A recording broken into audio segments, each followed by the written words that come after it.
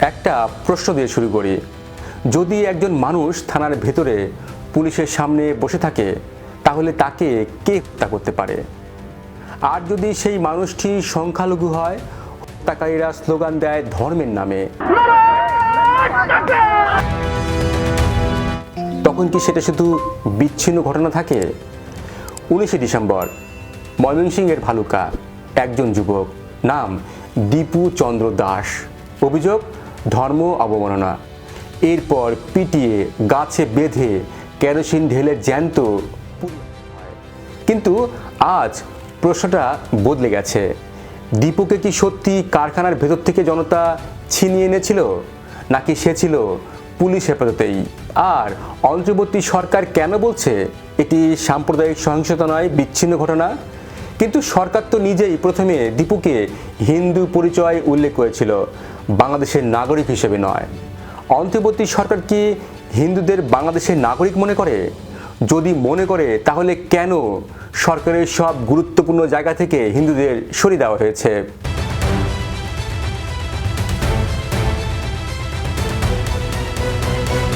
ময়মনসিংহে দীপু চন্দ্র দাসকে পিটিয়ে পুড়িয়ে হত্যার ঘটনায় যখন দেশ তো বটেই আন্তর্জাতিকভাবে সমালোচনার ঝড় উঠেছে, ঠিক তখন পুলিশ ও র্যাব একটি গল্প সামনে আনলো।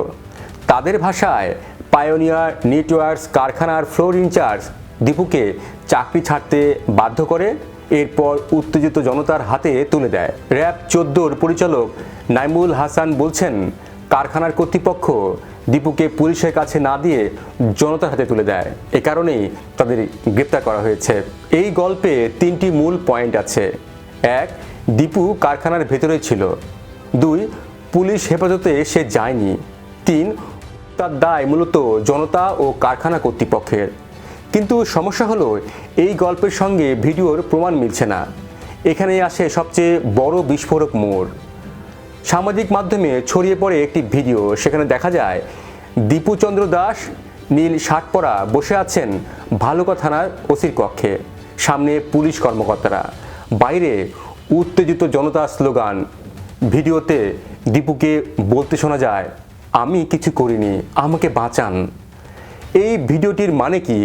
দীপু কারখানায় ছিল না, সে পুলিশের কাছে নিরাপত্তা চেয়েছিল?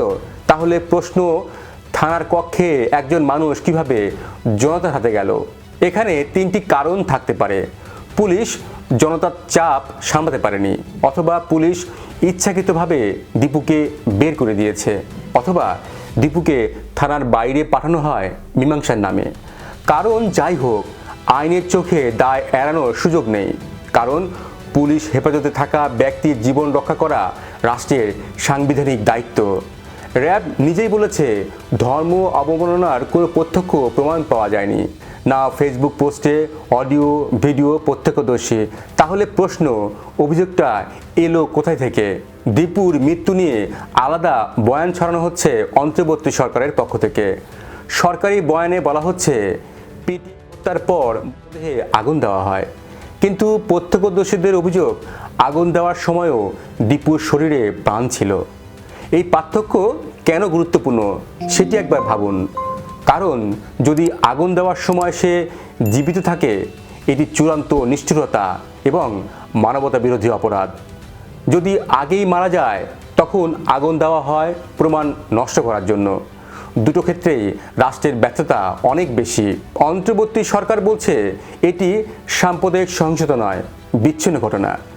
ঘটনার পর অন্তর্বর্তী সরকারের প্রথম বিবৃতিটি খুবই গুরুত্বপূর্ণ, কারণ সেখানে বলা হয়েছিল, ময়মনসিংহে একজন হিন্দু ব্যক্তিকে হত্যার ঘটনায় আমরা গভীরভাবে নিন্দা জানাই।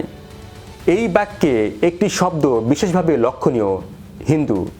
সরকার তখন বলেনি একজন বাংলাদেশি নাগরিককে পিটিয়ে হত্যা করা হয়েছে, তারা স্পষ্ট করে বলেছিল হিন্দু ব্যক্তিকে। এর অর্থ কি? এর অর্থ, ঘটনার প্রাথমিক মূল্যায়নে রাষ্ট্র নিজেই স্বীকার করেছিল ভুক্তভোগীর ধর্মীয় পরিচয় এখানে প্রাসঙ্গিক।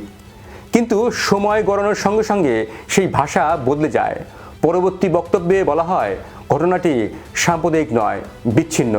অন্তর্বর্তী সরকারের দায়িত্ব নেওয়ার পর থেকে আরও একটি প্রশ্ন ধীরে ধীরে সামনে এসেছে, কেন উচ্চপদস্থ হিন্দু কর্মকর্তাদের গুরুত্বপূর্ণ অবস্থান থেকে সরিয়ে দেওয়া হয়েছে। এই প্রশ্ন তখনই জোরালো হয় যখন অপসারিত কর্মকর্তাদের একটি বড় অংশ ধর্মীয় সংখ্যালঘু। সরকার কখনো বলেনি এই সিদ্ধান্তগুলো ধর্মের ভিত্তিতে হয়েছে, কিন্তু সরকার এখনও স্পষ্ট করে বলেনি কেন কর্মকর্তাদের সরানো জরুরি ছিল, কোন পেশাগত ব্যর্থতার কারণে কিংবা কোন তদন্তের ভিত্তিতে। সরকারের এই নীরবতায় প্রশ্ন তৈরি করে। বাংলাদেশের রাজনীতিতে একটি পুরনো ধারণা রয়েছে, হিন্দুরা ভারতের ঘনিষ্ঠ অথবা আওয়ামী লীগের সমর্থক। এই ধারণা কোনো সরকারি নথিতে নেই, কিন্তু সামাজিক এবং রাজনৈতিক কথাবার্তায় এটি এখন বড় হয়ে উঠেছে। বাংলাদেশের হিন্দুরা সংখ্যালঘু, এটি একটি সামাজিক এবং সাংবিধানিক বাস্তবতা। বহু মানবাধিকার রিপোর্টে বারবার বলা হয়েছে ধর্মীয় সংখ্যালঘুরা প্রাতিষ্ঠানিক এবং সামাজিকভাবে ঝুঁকির মধ্যে থাকে।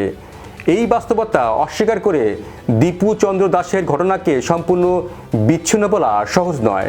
ধর্মীয় সংখ্যালঘুদের উপর নিপীড়ন নিয়ে দিল্লি ঢাকা কূটনৈতিক টানাপোড়েন চলছে। ভারত বলছে সংখ্যালঘুদের নিরাপত্তা নিয়ে উদ্বেগ রয়েছে, আর বাংলাদেশ এখন বলছে এটা একজন নাগরিক হত্যার ঘটনা, সংখ্যালঘু ইস্যু নয়। ডক্টর ইউনূস সরকার আসলে কি লুকাতে চাইছে? রাষ্ট্র কেন ভিডিও নিয়ে চুপ, পুলিশের ভূমিকা এড়িয়ে যাচ্ছে, র্যাব ও পুলিশের বক্তব্যে অসঙ্গতি এবং দ্রুত বিচ্ছিন্ন ঘটনা বলে তকমা দিচ্ছে? কারণ একটাই, যদি স্বীকার করা হয় সে একজন সংখ্যালঘু নাগরিক, পুলিশ হেফাজত থেকে জনতার হাতে খুন হয়েছে, তাহলে প্রশ্ন উঠবে এই রাষ্ট্র কি নাগরিকদের রক্ষা করতে পারে? দীপু চন্দ্র দাসের মৃত্যু শুধু একটি হত্যাকাণ্ড নয়, এটি সংখ্যালঘু নিরাপত্তা, রাষ্ট্রের উদাসীনতা, আইনের শাসনের বাস্তব চিত্র। আজ দীপু, কাল কে? যদি থানাও নিরাপদ না হয় তাহলে সাধারণ মানুষের আশ্রয় কোথায়? জানান আপনিও, লিখুন আপনার মতামত, ভিডিওটি শেয়ার করুন, লাইক দিন, সম্ভব হলে আমাদের চ্যানেলটি সাবস্ক্রাইব করুন। আর এতক্ষণ আমাদের সঙ্গে থাকার জন্য ধন্যবাদ।